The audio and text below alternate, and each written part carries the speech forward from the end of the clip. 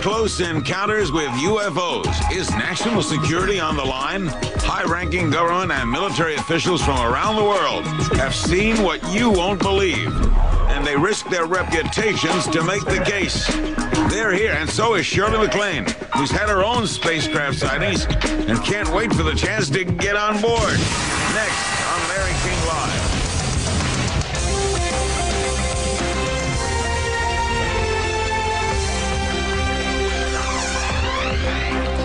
Good evening. A historic occasion will take place in Washington on Monday. Former high-level government employees, military officials, and pilots from all over the world will come together. They'll discuss their own UFO sightings and encounters, and they'll do it at the National Press Club in the nation's capital. Some of them will share their stories for the first time.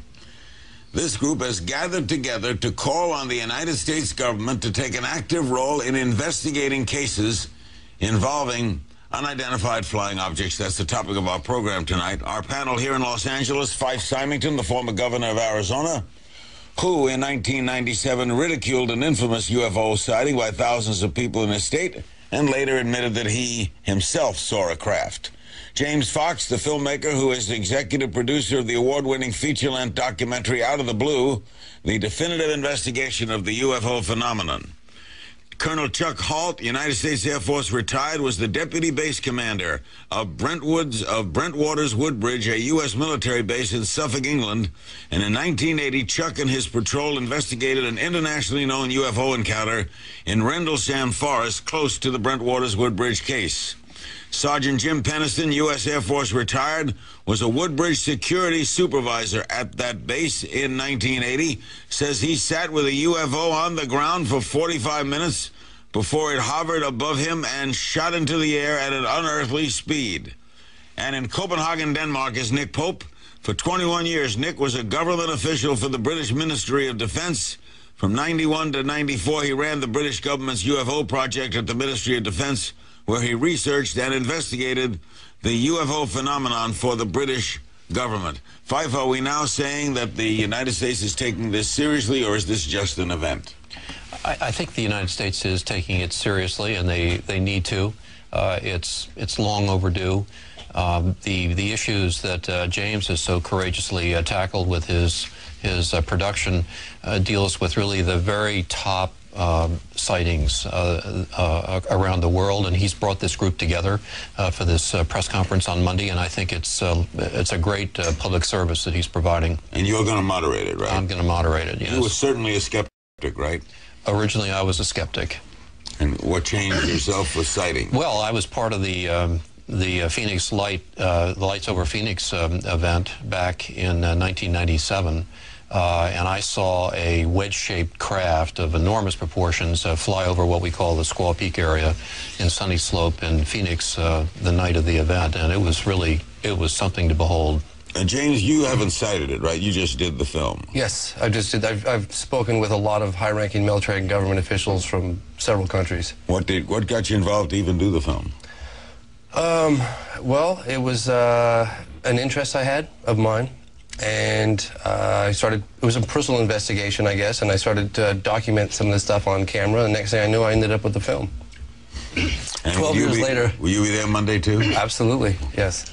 Are they going to show that film in Washington? No, we're not. This is just to establish the fact that the phenomenon is real, and it's happening worldwide.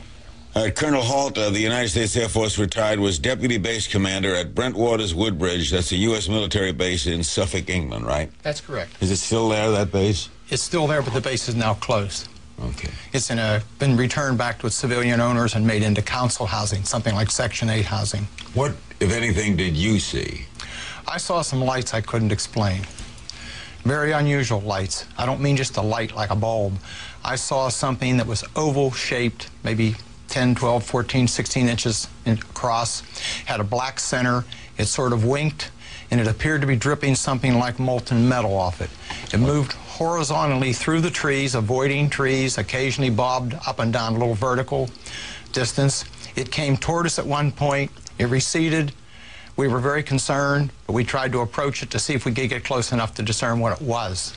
It actually moved out into a farmer's field beyond us, We got up to the edge of the field. We looked at the object, watched it for a few minutes. I was very concerned because the object was illuminating the farmhouse behind it, and I wasn't sure whether there was some damage being inflicted on the people that lived there or what.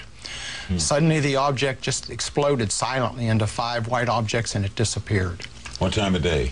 This was about 2 or 3 o'clock in the morning. Did you report it? Oh my, yes.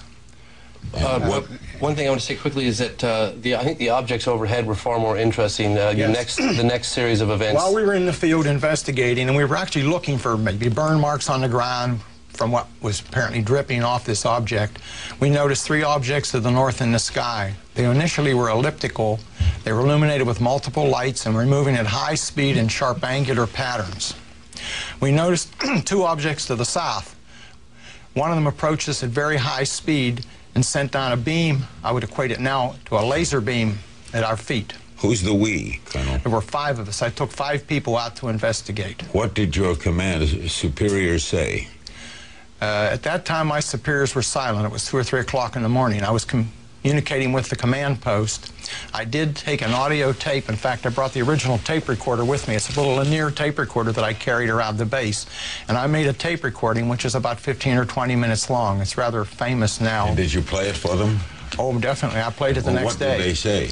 Well, my boss took it to the 3rd Air Force commander to the staff meeting the following Wednesday and played it for the staff. The reaction of the staff, from what I'm told, is they didn't know what to do. And the general at that time said, well, it happened off the installation. It's a British matter. Let the British handle it. Were you there, Sergeant Peniston? I was there on the first night. I went off base to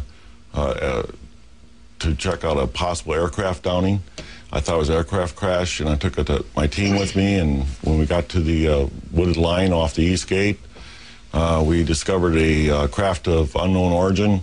It was triangular in shape. On the ground? On the ground. Did you touch it? Touched it, walked around it, photographed it. We did a full investigation of it on the ground for 45 minutes. Any sign of anything in it? There was no exterior openings, no crew compartments, no intakes, no engine compartment that I could observe. It was a very smooth fabric craft. It was black in color with lighting running through the fabric of the craft. Were you frightened? Yes, it was. I was very concerned. Where's your logbook? Can you show? In my logbook, with the symbols on it. Yes, as long as when I was taking notes, it was progressively got worse. Matter of fact, you can barely read my writing by. And then it took off, right? After 45 minutes, then it powered up with lighting and went to tree level and took off. And did it make sound like an engine? Absolutely no sound and no air displacement. Just up and gone. And the symbols, I think they're showing the symbols right now. Sorry. Yeah, there are the symbols. We'll check in with Nick Pope in a moment. Do you believe there is extraterrestrial life? Head to our website, cnn.com/Larry King, to vote. There's also a special guest commentary by Governor Symington about what he saw in the Arizona skies. It also had Shirley MacLaine. We'll be back with more right after this. Copenhagen. Colonel Holt, investigating the area days later, he's here with us now, Colonel Holt, ended up seeing something himself. Listen to this audio tape. There's no doubt about it. There's some type of strange flashing red light ahead. I saw a yellow tinge in it too. Weird. It appears that he may be moving a little bit this way. Yes, it's further than has been. It's coming this way. It is definitely coming this way. Now we've got an object about 10 degrees directly south, 10 degrees off the horizon. And the ones to the north are moving, one's moving away from us. It's moving out fast. There's one on the right taking away too. Yeah, we're both heading north. And we have with us, he brought it along, Colonel Holt's notes that he kept while this was going on, right? Actually, it's Sergeant Peniston's notes. Yeah. Your note. Yes. I'm sorry, Chuck. It was Sergeant Peniston's notes. You kept these while you were viewing this thing? Yes, we needed the times and that for, log entries and stuff like that. It's routine. Yeah. You missed the symbols on that. The symbols are so fascinating. Routine activities, not a routine event. That's right. Let's check in with Nick Pope in Copenhagen, 21 years, a government official for the British Ministry of Defense. Nick, what do you make of all of this? Well, the Rendlesham Forest case was certainly one of the most compelling UFO incidents in the British government's files on this, and critically, one of the very important things about